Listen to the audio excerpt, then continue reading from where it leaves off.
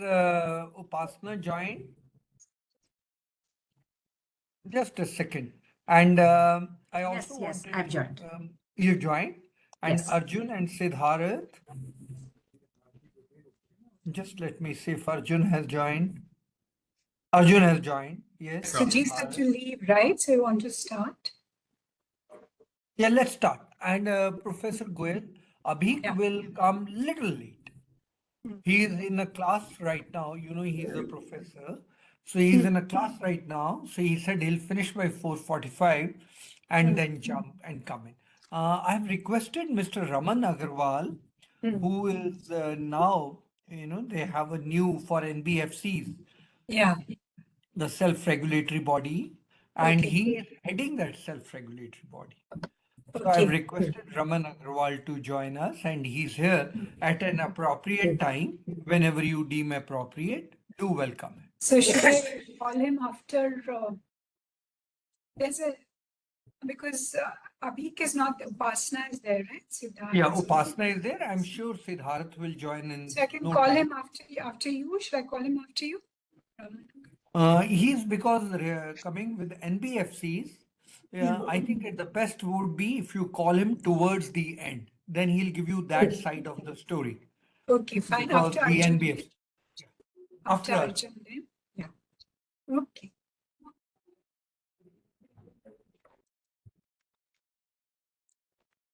So, sir, Good evening, ma'am. Hello. Yeah. How are you? So you're doing some very important role. I'm fine, ma'am. Thank you. Yes.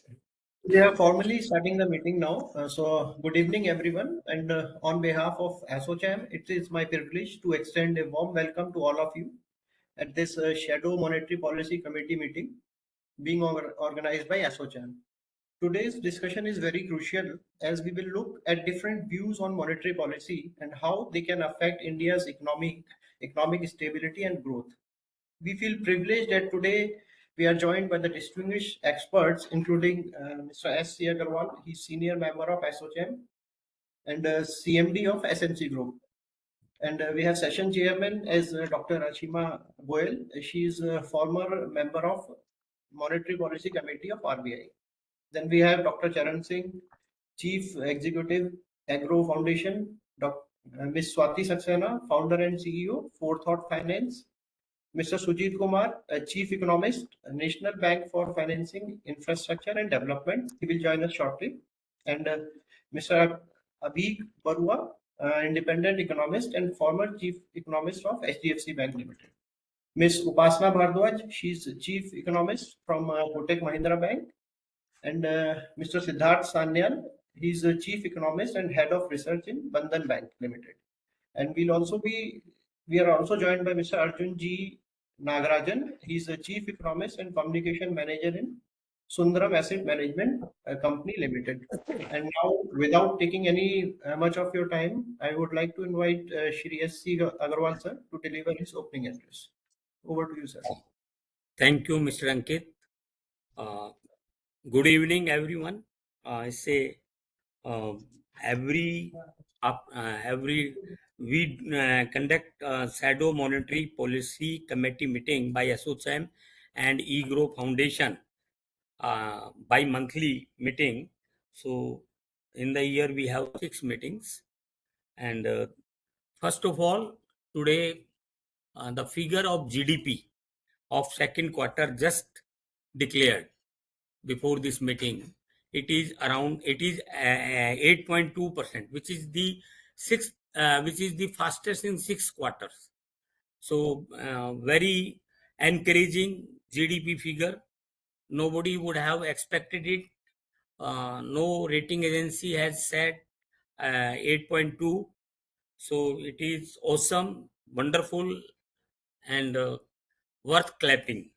So 8.2 is a great achievement by the economy. Yes. And you see, this time we are expecting this, as RBI Governor Sanjay Malhotra some time back, he has said that economic figures are there to suggest him to reduce 25 basis points. So, provided monetary policy committee took the decision to reduce it, but he is of the optimistic opinion that 25 basis is required to be reduced, and all economic figure is suggesting in that way. And moreover, this Moody rating agency or economist in a survey of money control as well as Reuters, 80% economist has suggested 25 basis point will be cut this in December, 5th December. And so it is more likely that 25 basis point will be reduced in this policy meeting. Moreover, there is concerns of US tariff, though Mr. Rajesh Agarwal today he said that it is this trade negotiation is going to take place in this calendar only. Commerce Secretary Rajesh Agarwal, he is optimistic that it will be there in this calendar and very soon. But ultimately, if anything is being stuck, so that we nobody can predict 100%, but still there are very good chances that this trade agreement with US and India should happen, because that is a constant. As we know that last year we did an total trade 131 billion US dollar, out of 88 billion US dollar was export, and we are having a surplus of, because of this trade with US, 44 billion US dollar. So and last 2-3 months we have seen lower export to US because of this tariff. So though India has finding other markets and being compensated with that, but still US export is important, and if this treaty has happened, this trade agreement has happened in within very soon, it will be good for India economy. And moreover, Indian economy, as we know, the figure of first quarter 7.8%, second quarter it becomes 8.2%. So the overall GDP for the year should be more than 7% plus. If it can be better also, but it should be around 7%. Moody rating has also up their projections, and all are optimistic. IMF, RBI has all the time they are revising their GDP figure. Moreover, inflation in October is 25.25%, which is very low, historical low, you can say. And we are very comfortable. Otherwise, also in September it was around 1.5% inflation. So our inflation is in under control. So considering inflation, considering consumption, and I think RBI should reduce 25 basis point in repo rate. That is more expected.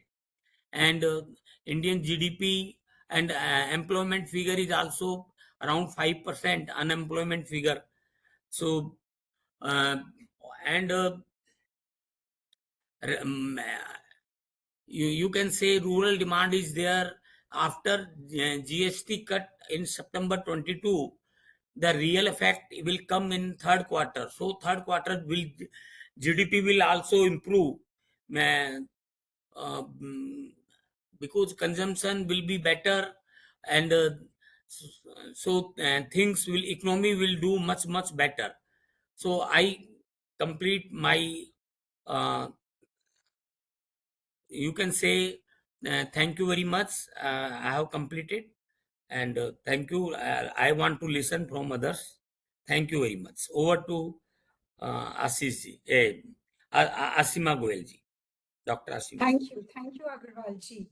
So as you have told us, there's an overwhelming consensus among economists now for a 25 BPS cut, and the governor has also acknowledged this space. Here, I've been asking for a cut since August, since there was clear space and the repo level, the real repo rate was incompatible with flexible inflation targeting. The RBI was giving too much weight to base effects and mean reversion in its forecasts and has had to continuously bring them down by very large amounts, more than 1%. It has been actually overforecasting inflation ever since mid-2024. Real rates have been high for more than a year now. Since the 70s, whenever exports real headline inflation adjusted rates persisted around 2%, growth was lower. Since it's the real rate that matters for demand, and monetary policy acts with a lag. So we have to be concerned if real rates are persistently high. Although growth is high and rising, as we are all celebrating today, the unexpectedly high quarterly growth rate, but inflation below target implies that growth is below potential. So I think we were all underestimating our potential.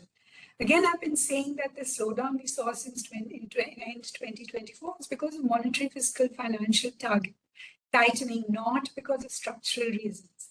So with the reversal, with the fiscal stimuli and some cuts in monetary policy rates and financial, the reversal of the liquidity tightening, we are seeing growth recover despite external shocks. So we have to admire or recognize India's resilience and that we can actually, we have to become more ambitious in our growth in our belief of our potential. So inflation below target implies growth is below potential.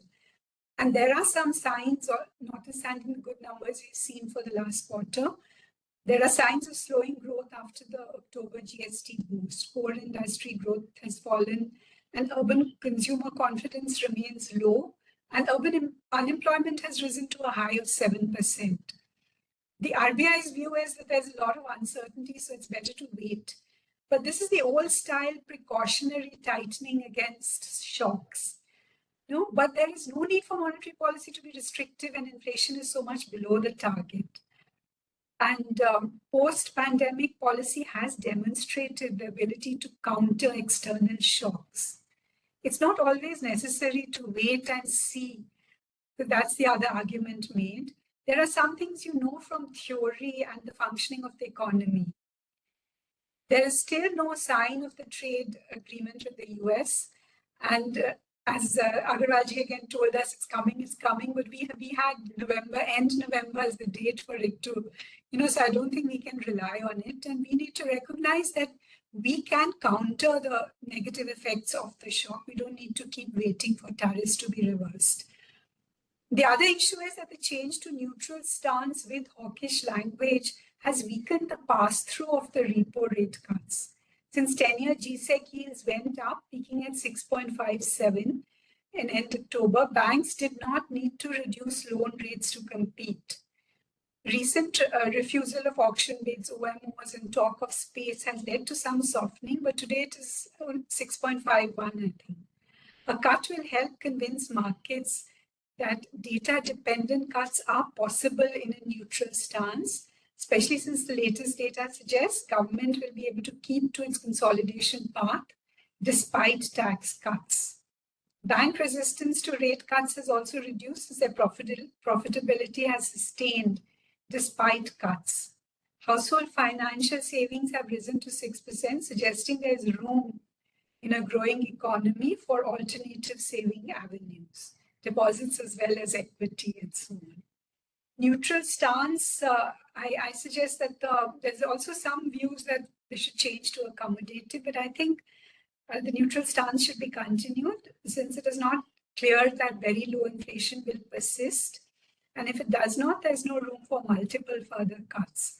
But communication must emphasize again that data-based cuts are possible in a neutral stance. Even if the stance remains neutral, there can be further cuts if the data requires it. I think I'll stop there, and now I'll ask Dr. Charan Singh to make his comments. Thank you so much, Professor. I must say that I'm also thrilled with the data on the GDP which has come today. I have, and you would agree, we actually have been saying that growing at 6.5% is not going to take us into Viksit Bharat. Now we have to touch that Viksit Bharat threshold, which is around 17,000 US dollars. We are around $2,880 right now in per capita. We need to take our growth certainly above 9%.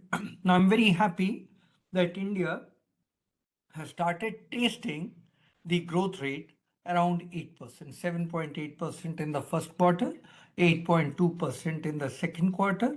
This is really thrilling. Now, I hope this will continue in days ahead. And we are already in the third quarter. Actually, we are finishing the third quarter now. And all around, if you see, there is exuberance, and I think we will maintain this. Now, something good which I've seen in the data is that manufacturing is doing very well. Agriculture has also done well. If I look at H1, manufacturing is doing very well, 4.8 to 8.4%. Construction has taken a little dent, 9.3 to 7.4. That's a little worrisome. Why should construction take a dent? Now, but maybe it is the monsoon, and that is why.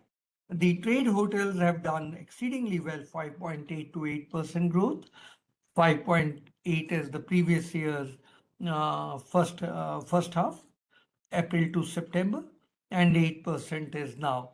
Financial sector, real estate has done really well, 3 percentage point above, 6.9 to 9.9.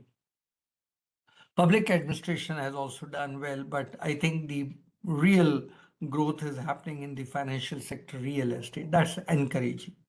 Consumption expenditure, as we both spoke earlier, is up, and that's very, very like the consumption expenditure and the consumer confidence is very high. Gross capital formation is little lower in the second quarter, 7.8 to 7.3%. That's worrisome. Yes, we are all talking of the trade agreements, they have to come. My own feeling is that Russia-Ukraine war is soon going to see a soft landing. And in case that happens, then the growth rate in exports for the second half is 5.6 compared to 6.3 in the previous quarter. And last year in the second quarter, it was 3%. So 5.6 should go up, and therefore this trend will be higher in the next quarter. The imports are quite high, 12.8, but I'm not too worried about imports. There's quite a few of India's imports also are re-exported. So I'm not too worried on that. Now, given the overall picture, we have all spoken about, and rightly so, and Professor, you spoke so well on the real rates, and our CPI is around 0.25. Our food inflation is in the negative zone. WPI has already been in the negative zone for a couple of months now. And the reduction in GST has led to improvement in GST collection. That's also a very robust sign that we can see. The IIP data is, of course, going to be released on Monday. But the last October data that I was looking, that shows that in the manufacturing sector, there is a mixed reaction. And I think one needs to think about it. And when you look at the infrastructure construction, they were doing well. But when I look at the construction data, which has now been released in the GDP figure, that's not very good. So I'm a little confused on that. On consumer non-durables, the IP data was negative 0.2, negative 2.9. So I'm a little worried on that also, mixed reaction.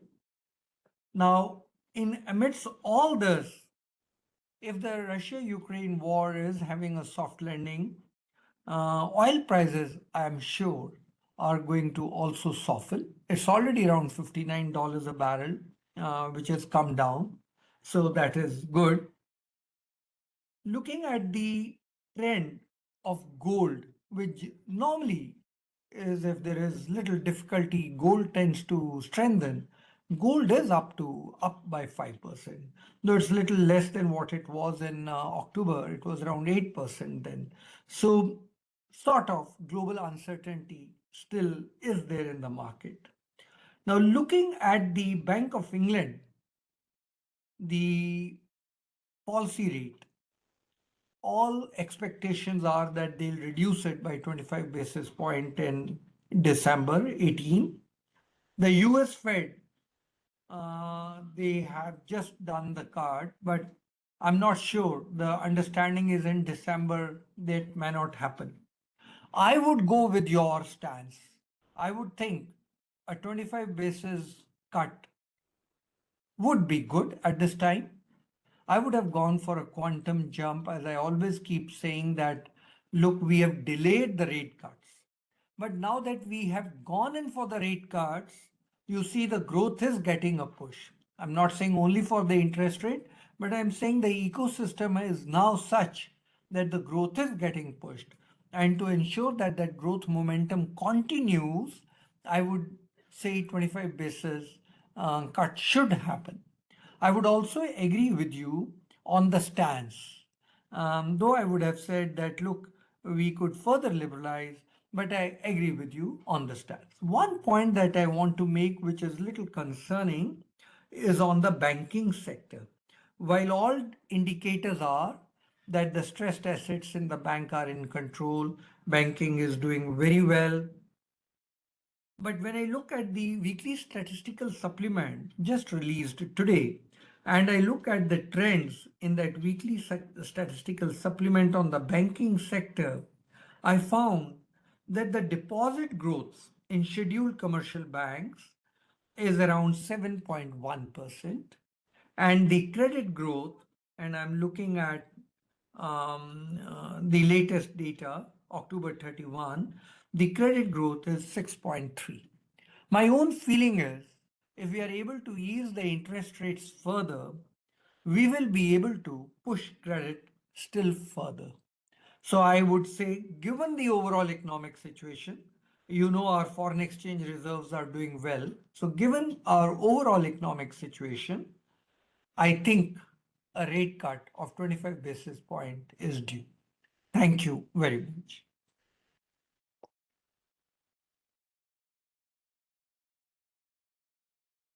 And thank you for taking us through all the recent developments and that mixed picture, exuberance, but some negatives, and especially this credit growth. It has picked up over the last year, but it has a long way to go still. So a rate cut would obviously help with that.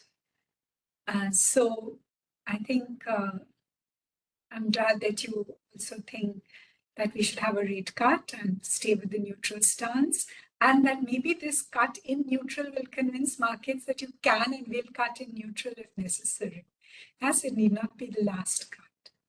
So now I'll ask Ms. Swati Saxena for her views. Good evening, everyone. So yes, as rightfully all the senior members have, spoken about the phenomenal growth of the country, and which is just now also, the numbers are depicting that way. Interestingly, the weaker rupee, which is the condition, and we are one of the, worst performing currencies in the Asia today, is not leading to import of inflation in the country. Is leading to the is maybe because of the good management of various factors which lead to inflation, and a balanced cut-off rate may be expected, which is 25 bips in December committee, could be a welcome sign, and it can give the much positivity in slightly negative side on sentiment on the employment status on the urban side, and maybe give a little bit push on the credit disbursements, etc. I feel that basically inflation is under control. The core inflation numbers are very good, because also due to high base effect, which has happened in the past. And a mild and a balanced rate cut is something which can, of course, put a lot of positivity in the economy and give the required push. But a little higher expectation on the rate cut would also yield to, pushing the currency further. So, as MPC has always played a balancing role since 2016 of, managing the inflation in a range, and has done a phenomenal job, I feel the path still looks very tight, and I am sure that they would do a good job in managing the expectation on all forums. And given all of these things, we continue to stay totally bullish on the Indian side of the economy. Finished? Yes, So ma'am. your recommendation also is for a cut, right? Yes. And the stance? Stance could be, neutral, which is Right. very well, Unchanged. would be accepted. Unchanged. Yes, Swati, Yes. since you were focusing on the rupee, let me just discuss this a little bit, because actually the spreads with the US have been rising, right? Since the Fed has cut Yes. Yes. and it's expected to cut again and so on. But we are seeing some outflows. And whenever this happens, the commentary is that fear of tariffs. But I think these growth numbers should reassure markets that India can do well despite tariffs. Yeah, we have enough Absolutely. going Absolutely. on, and therefore that foreign portfolio investors also should recognize that they are missing a market that is doing well and expected to do better, right? So, and Interestingly, yeah. yeah, please go Sorry, ma'am. ahead. Please. Interestingly, so much of sale has happened on the foreign investor side in the equity market, but with lot of lot of deployment of the domestic money, markets are still hovering high, and that talks about the resilience of the economy and the confidence of the domestic players. So it also put lot of confidence that we are self dependent from all angles, and no more our markets will shake because people will decide to pull the money out. Right. Having said that, currency is one of the most one of the important pillars, and I'm sure it will also stabilize in times to come when we have more clarity on the tariff side from the US. So again, you said that, and that is what I'm saying. The Yes, ma'am. realization should be that we should have clarity that the rupee can strengthen even without that tariff cut coming, right? That Yes. we are not Yes, ma'am. dependent on that for the currency to do better. And again, having watched these, since the pandemic, even before that, the global financial crisis, there are outflows in periods of global fragility, but they always reverse, right?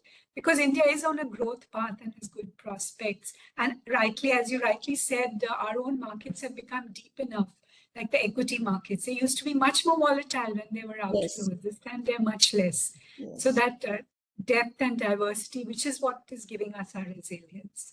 Yeah, Yes, so thank you. Now we turn to Mr. Sujit Kumar for his views. Thank you, ma'am. And first of all, apology for connecting pretty late in the session. I'm pretty sure previous speakers would have covered much of it. Nonetheless, there are two observations that I have regarding the upcoming bi-monthly.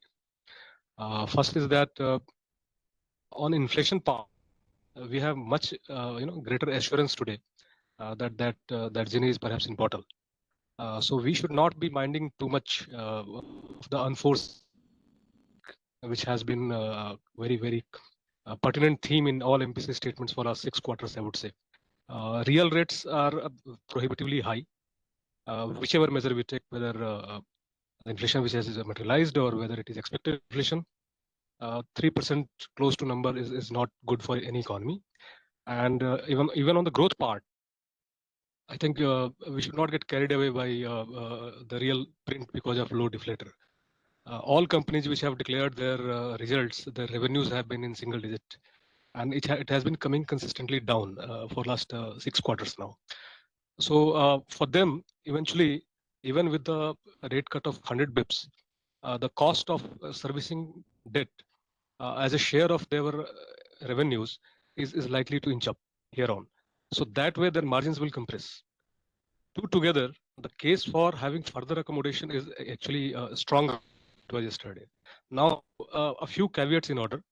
We seem to confuse, in terms of our external stability, could be propped up by, interest rates.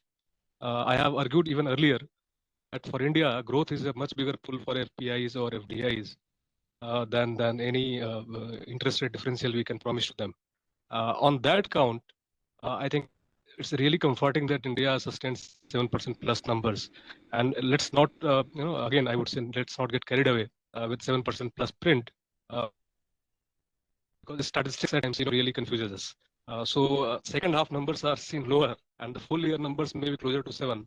But the potential that we are looking for economy, even if the challenges are pretty high externally, whatever policy levers we have at hand, monetary policy or fiscal policy, should be put on play. Monetary policy, if it delays acting on the space available, I'm afraid fiscal policy will have to do very heavy lifting, which look at the long-term bond yields, even 10-year G-Sec hovers over 650. So that is something. I mean, this is divergence of what we wanted to see as an after effect of our monetary policy, which is not happening. And really across the globe, it's not just India. Wherever we look around, the long-term yields have gone up. So again, I would say, take signal out of. We should not objective of in India by putting non-interest rate relatively high. It has never worked. It's not going to work. So let us use the space available, which our domestic conditions offer for the policy, to support what we really need is sustained growth for a longer haul. And there I'm voting for not just a cut. In fact, the space is out there. I mean, whether RBI uses to avail it right now or it's in two installments, it's up to them. But even for the stance, neutral is playing pretty safe, too safe, I would say. What is the point of keeping neutral when you want to cut rates in the future meeting? So I mean, there are two things. What I want RBI to do is to cut rate as well as change the stance to accommodative. Let's be very clear on this. Why to confuse markets on what is the next step forward? For India, domestic conditions matter, and there you have policy space available. Inflation is structurally down. Look at WPI. For our 6 to 8 quarters, it's barely averaging 1%. CPI, it has been consistently, I would say, undershooting RBI's own expectations, market expectation as well. So even if it reverts to, because food inflation will eventually normalize, but core inflation, I would say, significant part of core inflation is averaging close to 3%. If you take out prices, it's not a very frightening story. So there also, I would say that.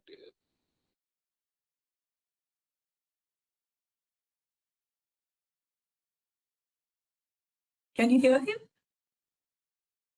We've lost him. No. Hello? Yeah, we have lost Sujit. Yeah. Yeah, there he is back. Anyway, I think he had more or less completed what he was saying. This is Mr. Kumar, are you there? Yeah, ma'am. I am connected. You can Hello. hear? Because we Yeah, stopped. perfect. We couldn't hear. After you were talking about core inflations, you want to complete? Yeah, so the core inflation, I'm saying, if you take precious metals out, even there is not too much worry about. The core inflation also averages close to 3. So even when the base effect plays out and food comes back, I would say headline inflation is likely to remain around 4 rather than breaching 4 plus. So from that point of view, also, I think RBI has been pretty clear about it, that they are not just minding just CPI story. They also keep in mind WPI story also, but doesn't reflect in their policy choices. Yes. I mean, these are a few observations that I had. Yeah, thank you. You made some very important points. I would just like to underline them. First, this issue of the interest differential does not matter so much for inflows into India compared to growth. I've been saying this again and again, but somehow our market analysts keep talking about this interest differential with the US. Maybe because many of them work for firms, for US MNCs and so on, US investment banks.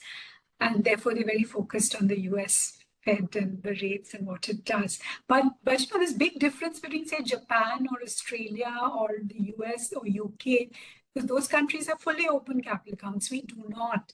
And therefore, the interest differential is not so important for us. We have degrees of freedom. Even when I was in the MPC, we used to keep saying this again and again, but still markets would really worry when spreads went down. The other very, very important point you made is about, if monetary and fiscal policy don't coordinate, then the fiscal tax cuts, markets were afraid that there would be a rise in deficits, and GSEC yields went up partly because of that. And that has reduced the pass-through of the repo cuts as banks didn't have to compete with bond markets. So for the repo cuts to work and for the fiscal stimulus to work, both have to coordinate. You can't have the monetary policy tight and fiscal loose, which is the worst condition for India, which is what we suffered through the 2010s when we had very high inflation. So we've had a conservative fisc, and that should be supported by a supportive monetary policy. That's absolutely essential. Then the third point where I have a slight disagreement with you is this change in stance.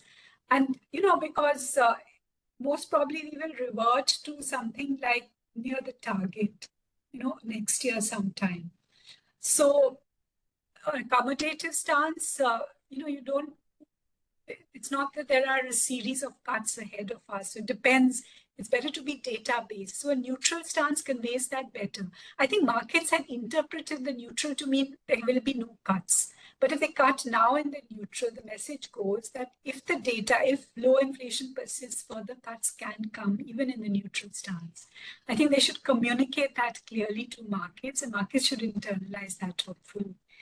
Yeah, so you want to say anything or we go on to the next? In fact, the reason I wanted to play on stance was this communication part itself. Because by switching stance from coordinate to neutral and then talking that there is a space available, I think we confused markets enough. Yes. I think there was very hawkish commentary with it, which aided the confusion. So if the communication is clear that we can and will cut in neutral, that should help. Yes. That would do the job. Yes. Yeah. So thank you. Abhik, you said is not there. Abhik is not there, right? So Upasna, we look forward to your comments as usual. Good evening, everyone. I would broadly agree to recommendations that have come about till now. I think, there is no doubt about the fact that inflation is very comfortable, and not just today. It's likely to stay comfortable for the next 6 to 9 months for sure. And it's only going to be base effect at the moment, let's say. Obviously we can have food shocks, etc. But at the moment, we don't have any such kind of risks which are there. So inflation trajectory is looking to be averaging 2% this year, next year 4%, which is very comfortable. And RBI has adequate room to cut. So that is clear.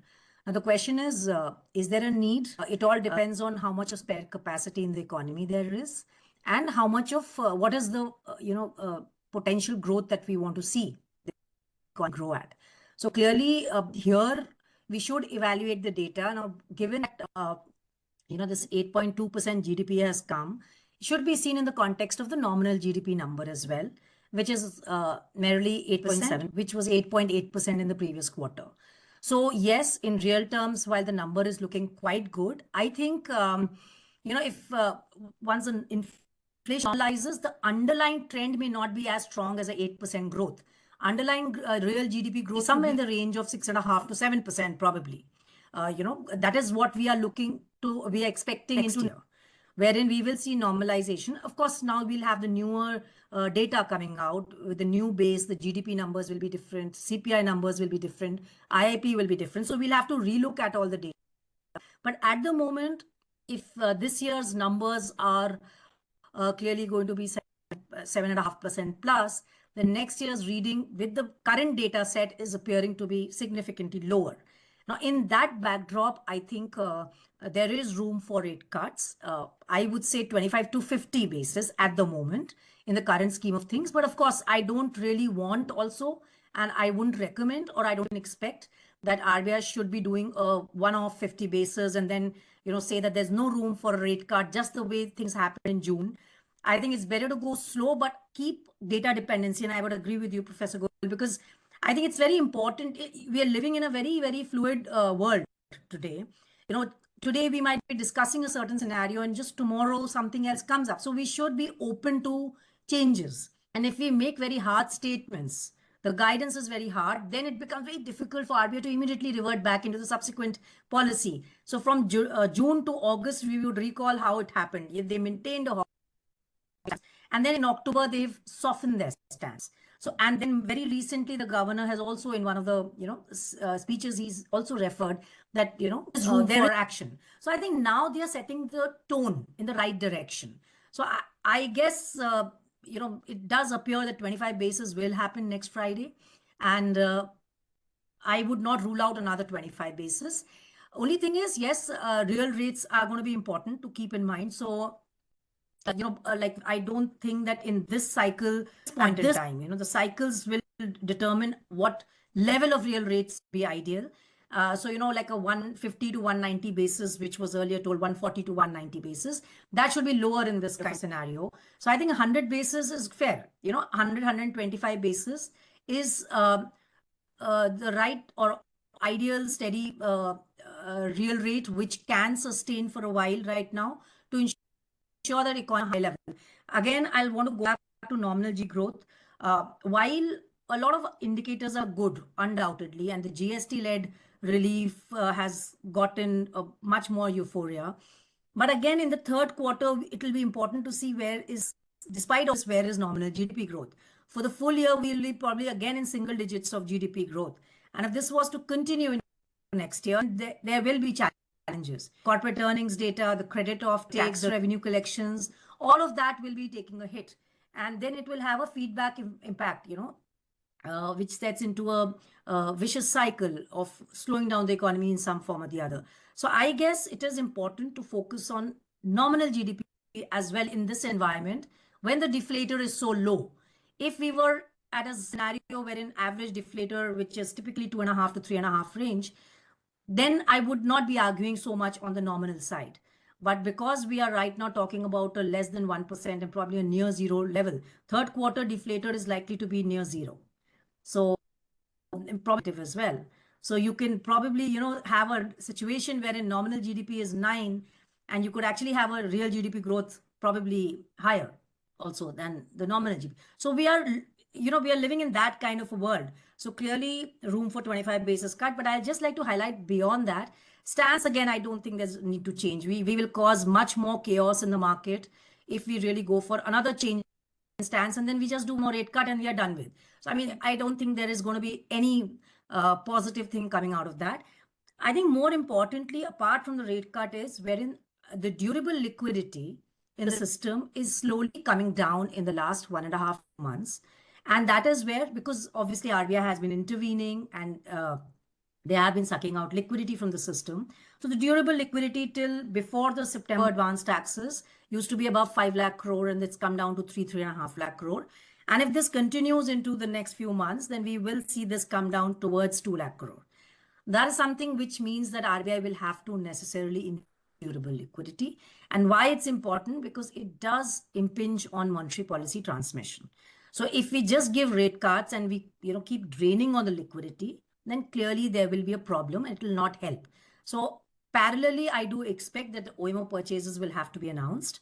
They don't need to necessarily wait for the RBI policy day or the MPC date to announce OMO purchases. But I guess because the CRR cut is last leg of the CRR cut is still playing out and it's from tomorrow, the last 25 basis, it will play out by the time RBI and MPC is meeting on Friday, Wednesday onwards. So I guess they will have a window and then they can announce OMO purchases as well after that. So these two things I would look out for: 25 basis of rate cut with the data dependence guidance. And secondly, of course, OMO purchases, form of durable liquidity in future to be announced. Thank you, Upasana. So very good that you emphasize the lower nominal GDP and its impact on corporate profit profits, on deficit ratio, everything. So, and in a country like India, as Charan keeps telling us, you have so many young people, you need some higher inflation, right? You can't have 1% and negative inflation, where you want to have job growth and give firms some space to adjust relative, and you have food price shocks, etc. So, and they have a target band, right? It's falling below that band, they have to act. So they're as much responsible for not meeting their target in the downward direction as upwards. So, and about the durable liquidity, I think that there is an understanding. I used to keep saying this in the MPC, that we need to keep durable liquidity in surplus. Otherwise, given the sort of shocks in our system, it creates a lot of problems in the financial markets. So, and with this new regime, they have been careful to keep things in surplus. So, what the comfortable level is still about 1% of 1% of NDTL they say, but I think what happens is, and this I tried to clarify this time with RBI also, because when we say 1% of NDTL as durable liquidity, LAF, the banking system liquidity is much lower actually. Typically what happens is, for example, if we take today's case, yesterday's liquidity number is 1.3 lakh crore, but actually the durable liquidity is 3.3 lakh crore.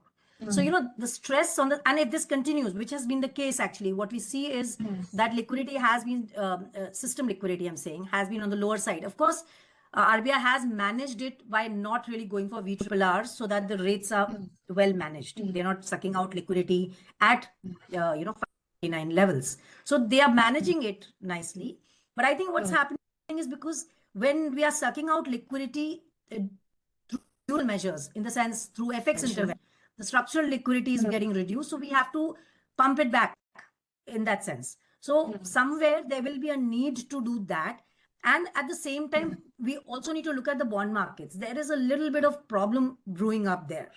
So maybe the OMO purchases just provide stability there as well. It'll be a dual cause being met: liquidity plus stability in the bond market. So I think, so I think 1% of NDTL, when they say, now they've clarified that they would want to keep 1% of system liquidity, 1% of NDTL in terms of banking system liquidity, not core, which is a very good thing. So they'll have to act for that, because right now we are at 0.4, 0.5% of NDTL. Okay, yeah.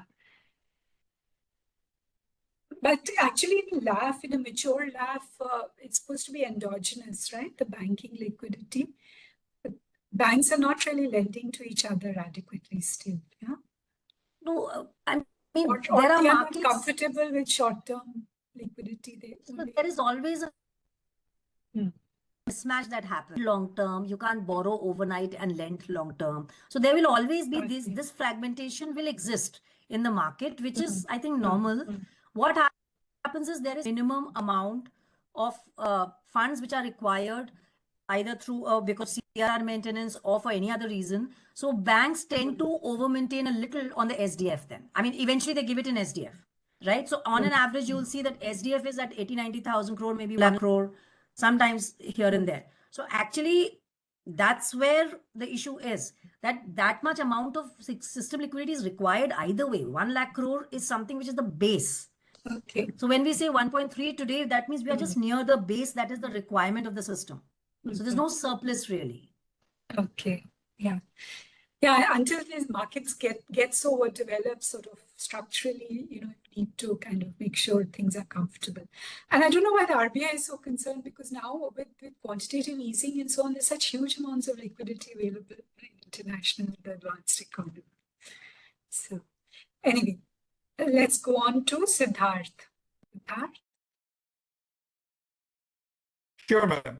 Thank you very much for the opportunity. Yeah, I mean, numbers we have all discussed in the last few minutes, that there had been big surprises in all possible directions. So obviously, if I look only at the GDP numbers, the activity indicators will appear much more than what we had been anticipating. So difficult to figure out why there will be more policy support at this juncture. But if I look at the inflation numbers, I think that actually strengthens the case why there can still be very clear support, and not we do keep on focusing on the CPI numbers. But if I look at the WPI number, the conviction possibly goes a notch higher. And taking cue from whatever communication we have seen in the recent past from the RBI, very clearly it looks like they remain very favorably poised towards more policy support. I'll use the word policy support rather than jumping onto the rate easing part. I think right now, for the rates part also to be more effective, we need a more holistic approach. And I completely agree with you, ma'am, and some of the other speakers in the beginning, that I don't really see any need for change in the stance anymore, given that it's in neutral, and neutral very, very clearly allows you to go ahead for easing if you need. But very clearly, there is a need for a slightly more holistic approach in terms of providing possibly a little more commitment in terms of liquidity waiver. Because at this juncture, what actually is very interesting is if I look at the transmission part, which had been the RBI's focus over the course of the first few months of the easing, in the 8-9 months since the beginning of the easing cycle, we have seen 100 basis point of rate cut. We have actually seen 100 basis point of cut in lowering of the fresh deposits, and 80 basis point of lowering of fresh loans. Now, these are fresh deposits and fresh loans. But if I look at the portfolio of banks, what has happened? The bank's entire deposit book, because it's not adjusted on a retrospective basis, the benefit there is just about quarter of that, something like 27 basis points, still about a month back. The benefit on the loan book, or the lowering on the loan book, the overall interest rate for the portfolio level for the 80 basis point reduction is about 63 basis points, because the share of EBLR is very, very high. So at this moment, wherever there is a very clear EBLR related transmission, that transmission is happening very clearly.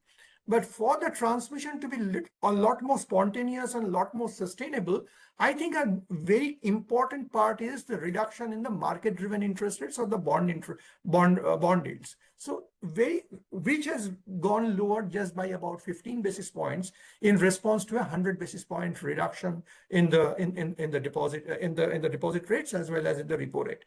So my sense is that it's important for the central bank, not necessarily within the formal mandate of MPC, but provide some bit of supportive scenario where the bond yields also actually transmit a bit of the benefit of repo rate reduction, and that remains very important in this particular juncture. So my sense is that you would see, I'm taking cue again from the RBI, that looks like they have made up their mind in favor of some more easing in this particular policy itself, and their communication has a huge role in me saying this at this juncture.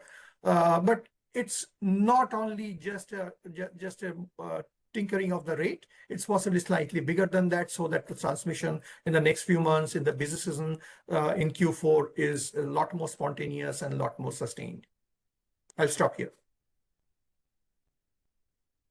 Thank you. So I think some very nice points. This holistic, the many dimensions of easing that need to be kept in mind. And also the importance of bond markets, as a bank person to say that, I think it's very good. That the idea that, markets and banks are working together now. It's not only banks that are transmitting. And banks benefit from lower bond rates because they can borrow at lower rates, etc., etc.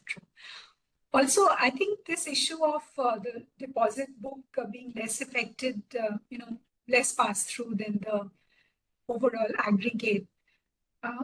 But banks have done pretty well in terms of profitability in this period. They were worried about margins shrinking. But as credit growth grows, as loan growth grows, they do well, right? So as the economy grows, as credit growth improves, and there's enough for both bond markets and banks, and actually there's much better risk allocation across them, there is growth in all markets rather than relying too much on banks. So No, I agree. that's very true, ma'am. And profitability, yes, in general, profitability has been good, but we saw for the system at the system level in Q2 when there was the chunk of the rate easing got passed on to the loan book. There we saw some bit of softening in profitability for banks, particularly in case of private sector banks, because their share of EBLR is much higher. PSU banks, the share of EBLR is not that high, so the effect was relatively less. But you are absolutely right, ma'am. Yeah, and also it is transient. It's a few months, and then so now I think banks are much more optimistic because they're seeing the end of the rate cut cycle almost, and pick up in credit growth, which should be good for their bottom lines. Yeah, thank you. So then we go to Arjun, market view. Arjun, you're there? Is he there? Arjun is there. Yes. Arjun? Yes, ma'am. Yeah. You can hear me? Yes. Yeah, perfect. I'll keep it short. I'll just quickly run through my points. So firstly, on the GDP numbers, 2 points. I take the numbers as they come and I don't entertain narratives around veracity, etc. And I prefer not to XX any category, either inflation or growth. So let me start with the positive. I'm very happy about 3 things. One, I'm very happy about the fact that today's number, and I echo Mr. Sujit Kumar's point on the need to focus on growth at this point in time rather than too much on this emphasis on inflation at this point in time, though keeping a watch is fairly important. Now, if I look at it segment-wise, manufacturing, the finance, insurance, real estate segment, and utilities. These 3 appear to have actually given that extra boost or rather extra delta from a headline point of view. And on the expenditure side, it seems to be the private consumption bit that has really given that extra boost. Now, my concern though is that the fact that nominal GDP growth, it dropped last quarter by 200 basis points to 8.8%. This is something that Ms. Bharadwaj also mentioned. It stays pretty much there at 8.7%. So there will be more pressure on the fiscal that has assumed a 10.1% nominal GDP growth for FY26. Now, it is also important to note that the real GDP number is also moving higher because of the deflator growth has eased a fair bit. So March quarter was around, deflator growth was around 2.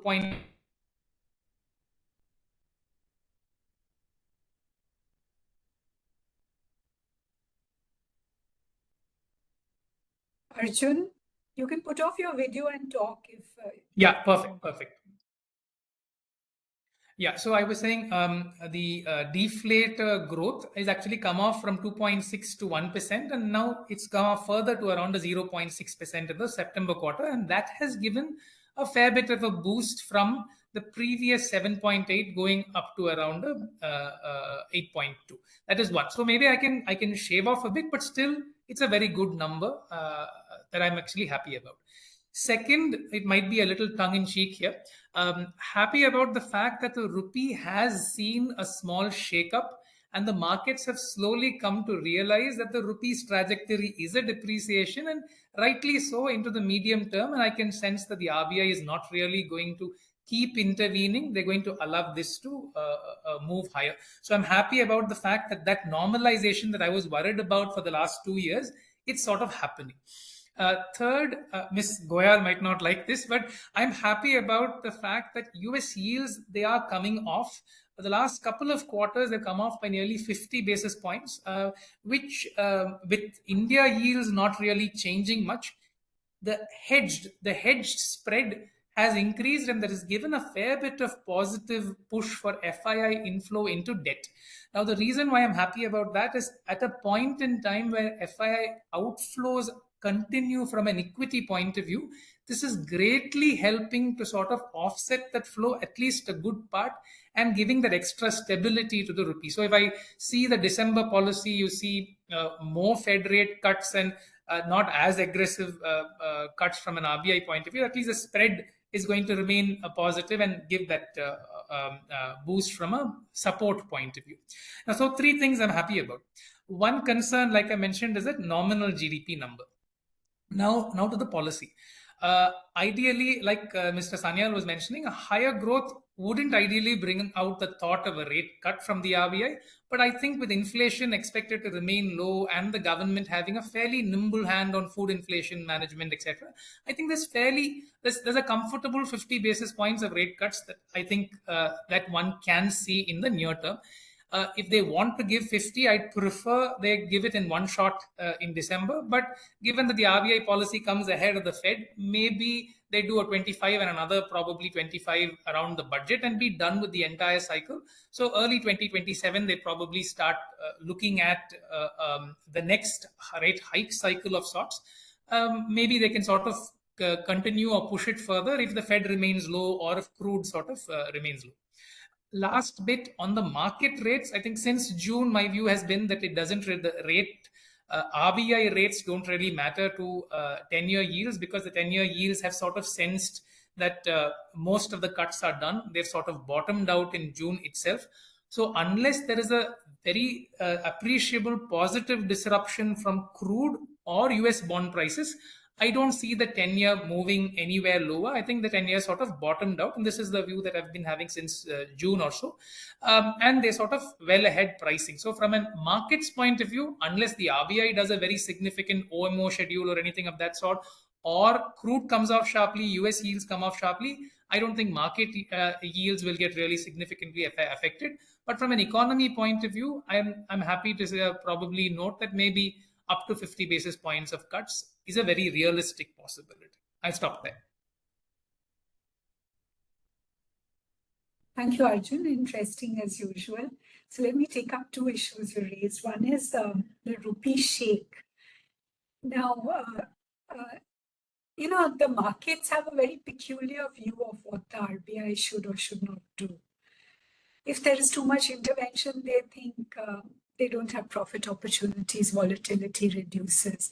But like just now, when they suddenly withdrew and markets expected it would not fall below 8.8 and then it fell below 89. And so there was short covering, etc. and problems. And then they're saying, why is there all kinds of speculation that because IMF is going to come up with this classification, etc., etc. But the point is that I agree with you that RBI is saying again and again, market determined, they only intervene as volatility. So the way they intervene to do this can change. They can suddenly withdraw, and markets must be aware that they need to hedge, and make sure that they are not sort of assuming that the RBI is going to rescue them or factor in some rate. Yeah. Yes. And, yes. And also it would help them if they kept some real rate in mind. Because overall, the real repo rate around 100 has done well for us, and it tends to be around that. Yeah, if they want to think of a rate rather than a new nominal rate, they should think of a real rate. The second issue is this, 10-year yield. Again, your US fixation, which I'm trying to remove you from. You means all analysts. So again, you think that the 10-year GSEC will not budge, whatever the RBI does or says, until, and it will only move with US yields or with oil prices. Now, you would agree that the 10-year yield has come down quite substantially, compared to what it was in the end of the 2000s. It had peaked above 8% and so on, right? Yeah. And even during the pandemic, when rates were at 4, it stayed at 6, so the spread was much higher. So there's something called a risk premium, and you agree with this rating upgrade India has got, and general macro stability. These risk premiums are coming down. Yes. So that is very much Indian policy that is reducing 10-year yield spreads. Yeah. But I would say that last year it was a sort of miscommunication. The announcement that neutral rate and it's very difficult to cut rates now. That is what convinced bond markets that there'll be no further cuts, right? So now, even if you have a neutral stance, but the communication is that there can be further cuts if the data, we are cutting in neutral, I think that might sort of bring repo rates down some, GSEC rates down some. So let's see what happens. Fair enough. Yeah. Thanks. And if they come down, you will stop looking at the US to determine what happens in India, right? Thanks. Okay. Yes. You want to respond or we go? No, ahead? I agree with your, I agree their points. And I think there was a related point that Mr. Pai also had mentioned in his last conversation about directionally how he wanted India rates also to come off, because from a rating point of view and how that adds to growth. So I completely agree with that point of view. The only disagreement maybe I would have is that if I look at it from a hedged basis, if I look at FII flows, whenever the hedged spread turns negative, FII flows actually dry out. So numbers wise, if I look at it, it does give this bias that whenever this hedge spread turns positive, it becomes like a no-brainer opportunity for, because they also take 9x 10x leverage and get in for that spread, and it's like a straight opportunity for them to make that arbitrage. That was Right, one. but The that other would be thing is more again true. sort of short term rather than longer term. Yes, yes, right? So yeah. yes. Okay, now Mr. Ramanagara, your view, very valuable on MSMEs and how they're doing, NBFCs. Thank you, ma'am, and thank you, Dr. Charan, for giving me this opportunity. Yes, so NBFC sector seems to be doing pretty well. If I may quote the finance minister's quote made in July at the NBFC symposium in Delhi, then she said, and she was right, that the NBFC credit grew, doubled in 4 years from 2021 to March 2025, from 24 lakh crores to 48 lakh crores. And then she went on to set a very ambitious target, because today we stand at 25% of the bank credit, and she has set us a target of achieving 50% of bank credit by 2047. Now, going by the double-digit growth which NBFC sector has managed, well, we are headed well. However, yes, and of course, the GDP numbers today has come as a huge welcome surprise, and we hope that this trend continues. Find further also, as I can hear all the experts saying, and then I think hopefully there will be a rate cut again now. Only my only wish is that we do see some reduction in borrowing costs for NBFCs, which has been a cost, because then it manifests in the cost, our lending rates, which generally, tends to be under the scanner. Having said that, since all monetary policy announcements also are, followed by certain regulatory measures announced, so I'm taking this opportunity to, voice two key important asks which we've lately been requesting RBI. Foremost is on the UPI. With the UPI having now, grown like in huge, massive proportions and really penetrated deep into the Indian market. And with NBFCs now we're known to play that role of driving the inclusion.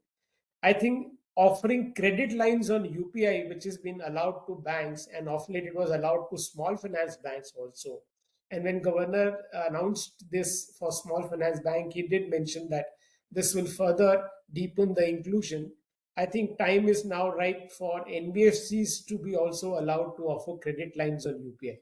Now that will do a wonder of great help on one or two accounts, because this will specifically, to our mind, impact and positively impact customers who do not have access to credit cards, because this will be a short term credit available at a better rate. We know the credit cards also is a very expensive proposition, and moreover, credit card penetration and usage is still not up to the mark. But with UPI having penetrated, and with the need for short-term credit also coming in, I think it can be a good match, and NBFCs can play a very important role. Also, we need to keep in mind that one very big advantage of credit through UPI is you can easily monitor the actual end use, because it's ultimately when the transaction happens at the merchant level that you come to know where the money has been spent. So the tracking the end use becomes a very important factor. So I think all in all these factors put in is we put in a case that, and it is time perhaps to allow NBFCs to offer credit lines on UPI. That's number one. And secondly is one very long-standing demand, and which I think is to my mind quite unjustifiable, that we've been denied. RBI has set up this central registry on information on large credit exposure, the CIRLC, where all banks and now NBFCs also are supposed to report the SMA stressed assets for all large exposures, all borrowers having exposures, gross exposures up to 5 crores and above. Now, while NBFCs are reporting that data, but unfortunately, NBFCs are denied access to that data. Now, this is something I think which is a gross, I would say, anomaly in the system and which needs to be rectified. And it's been some time we've been requesting for this, but somehow this has not happened. So I think these are the two key asks I would say would be the need of the day. I'll stop here. Thank you. Thank you. So your view is also 25 BPS cut and the stance? Yes. Yes. Yes? Yes. Same stance. Yes. So Same, very same. good, excellent points. And I was wondering, this growth in credit from NBFCs, does the government warranties help? Sorry? So the warranties from the government for MSME credit and certain other government measures, are they helping? Yeah, there is that credit guarantee offered and by the CGT MSC Trust, which is there for banks and NBFCs also. Although there is a difference in the way credit guarantee is offered for NBFC lending versus banks, but still, yes, it is very much there, credit guarantees. Yeah, Yes, and you always although- have this, that why is it that banks are given, when regulations are being increased for NBFCs, and facilities should also increase step by step, right? Yes. So that seems very fair. But this issue of accounts transparent, like you're saying, that UPI will make it transparent, but will this data be shared with the regulator? In which case, the regulator should be confident, right? So live data sharing now, accounting is, the CAG is moving towards live, Right. use of data. And similarly, this acrylic, what is the reason they are not sharing it with you? Do they give some reason? No, we haven't heard, quite frankly, any, just so to say, justifiable reason why is it not been given to NBFCs. But I think if NBFCs follow best accounting practices and are transparent in their balance sheet and their data, then there should be no reason for the regulator to. Yeah, in fact, ma'am, you would know we are already following India's accounting system since 2018. And the ECL framework, everything is in place since April 2018 now. So I think there is a case here at least to give us. Yeah, actually, NBFCs have much more, like the insurance companies still are not following NDS, right? Yes, yes. But NBFCs are, so I think we've taken a lot of 15 minutes extra. Charan, this MPC likes to have discussions. Yes, absolutely. So, but I think I would say that we seem to have total agreement this time. Yes. What is it? The CNBC, it's at 80% of economists. So for our SMPC, it's 100%. 100%. I was not very clear about Siddharth. He said 25 basis and neutral. He said 25. I think only neutral. Sujit wanted the stance change to accommodate. To accommodation. Everybody Right, wanted. Everyone. I see have Mr. Narendra there. Mr. Narendra, Yes. you have some comments? Would you like to say something? Whom you are referring, madam? To you. Yeah. I was wanting that only. So, Charan Singh Saab, you mentioned that the deposit growth as well as the credit growth has come down. So, whatever maybe the bankers could not get into proper prediction of interest rates, and due to the liquidity constraints, bank went for long-term deposits and some time back, and the interest rates of those deposits are very high. Over and above that, currently they reduced the savings interest rate much substantially. So, as you rightly said, the deposit growth today may be due to even the ability of the people to put more deposit has come down, or are they getting some other avenue? But these liquidity constraints are continuously there. Second, on the advances or credit, as Siddhartha said, that the market related, they have no other option to bring down the interest rate. But on the other deposits, advances, which are depend on the internal rate, there they are little hesitant to pass on the reduction in the repo rate. So from the bank's point of view, if you really ask me, further reduction in the repo rate will be a very negative factor for some time until they adjust the deposit cost, as well as they increase the advance what you call substantially by a higher rate of interest. Then only they could be able to maintain the margin. So my question to some of the speakers here, what is the, even with the interest rate, suppose 25 basis we are reducing, for what purpose we are reducing? Because Adam also said it may increase the lending. So which type of lending we are talking? Suppose because today, if the GST and all that, if the consumption has gone so much that the capacity utilization has crossed 80-85%, then naturally there will be some demand for term loan. Now, term loan requirements are mainly coming in the some infrastructure or alternative energy and all, but the overall capacity utilization expansion has not seen much what you call in the terms of traction. Secondly, the working capital requirement, busy season, definitely there may be need, and but there again it will be depending upon the bank's ability to give better rate than the market rates. Now, Reserve Bank governor sometimes when mentioning that even though overall credit growth is not up to the mark, but when we take into the market related borrowings by debt, then naturally the credit growth has increased. Today, other side also we have seen quite a lot of money being raised by equity. Now, if these equities are raised and it results in lesser borrowing by repaying the old liability, that will also have a big impact on the bank's credit growth. So, in the event of these policy changes, which is some of them are very surprising to the bankers in a way, they could not adjust their both the strategy on the resources and that currently having taken more time for getting adjusted, their ability to pass on better rate to the borrowers also becoming lesser. So on this point, I wanted to know, even though inflation, all that has, but again, of course, we were very much particular about CPI inflation, and which had a major weight by a food inflation. But the overall core inflation, which is projected for next year by the RBI, also is being high. So, or means CPI also is more high. Earlier, they projected, I think, 4+ and all. So, it may be a temporarily phase of reduction in the repo rate. And as we rightly said, if there is a space, RBI should bring down the interest rate.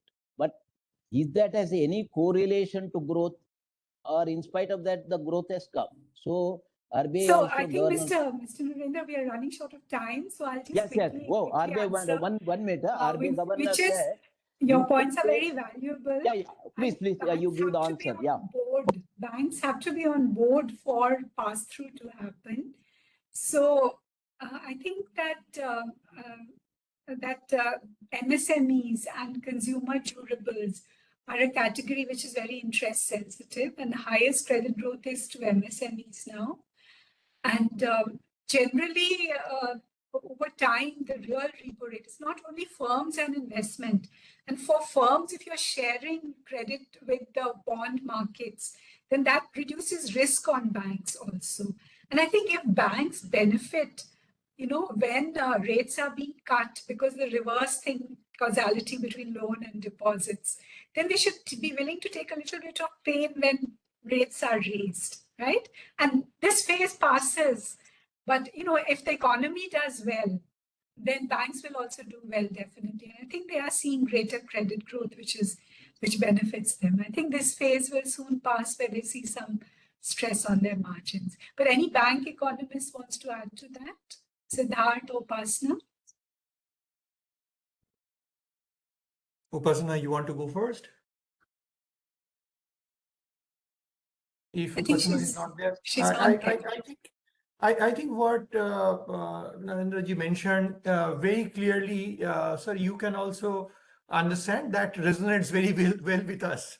So very clearly we see the case, and that's why I was saying that given that you are absolutely bang on that last few years there was a lot of difficulty in terms of garnering deposits and bank locked into long-term deposits. That's why even when the fresh reduction in fresh deposit rate during this 100 basis point repo rate cut had been more than that, 102 basis points weighted average cut in deposit rates. But the passing on to bank's overall portfolio is just 27 basis points. So maybe over the course of the next 2, 3, 4 quarters, this number will become a little more even. But this is a very significant headwind till we see that. That's why it's very important actually for the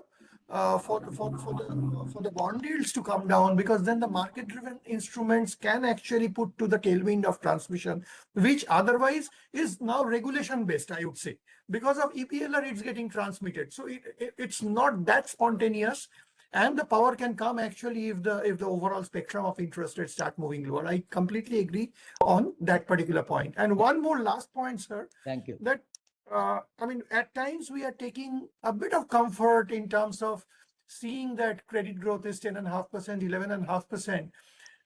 I think one particular phenomena makes me slightly worried that out of that 10.5%, as per latest data, where sectoral decomposition data was available till September. So if I take away gold loan from the entire thing, gold loan alone is actually contributing 200 basis points of that 10.5%. That means if there was no gold loan portfolio in the base as well as now, the overall banking system credit growth would have been 8.5% and not 10.5%. So today, the contribution of gold loan, which has a tiny 1.5% weight in the overall bank's portfolio for the banking system as a whole, they contribute more to the overall bank credit growth than all industry put together. Micro, medium, large, small, everything put together, whatever is the delta created by all those credit, more than that is actually coming only from gold loans. These are some of the areas, these are some of the imbalances. A very interesting area at this moment, but we need to be very, very cognizant and watchful about. Thank you. Yeah, I think we're going through tremendous changes in the country as a whole, and the cycles and the way institutions have to adjust to it is changing.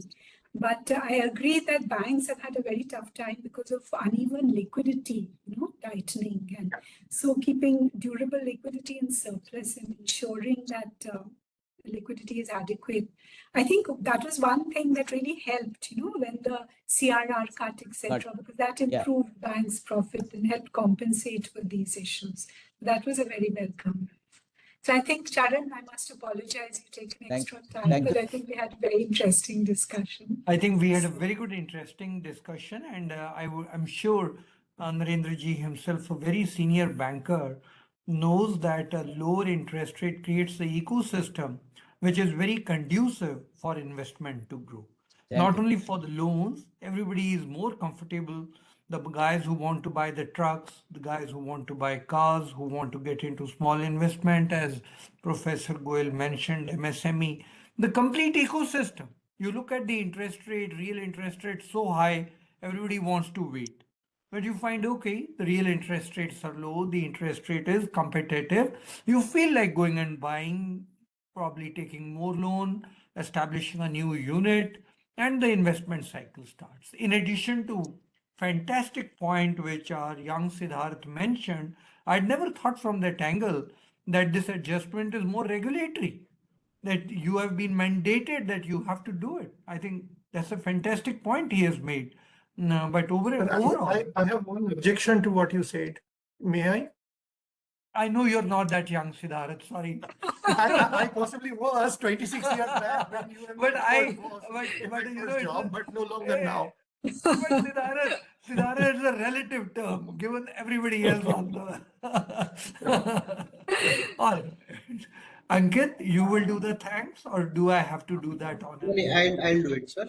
You'll do. Go ahead. So this brings us to the end of this very interesting and informative session. And on behalf of ASSOCHAM, I want to express my sincere thanks to the distinguished panelists and experts for sparing their precious time and sharing their valuable insights on the current economic landscape, monetary policy outlook, and the challenges and opportunities ahead. Your perspective have enriched our understanding and will help us in preparing a comprehensive note for submission to the RBI. And I would also like to thank our partner EGROW and SMC Group for their continued support in making this discussion possible. Thank you all once again, and we look forward to seeing you in our next session. Thank Thank you. you. Thank you. Thank you. Thank you. Thank you. Thank you.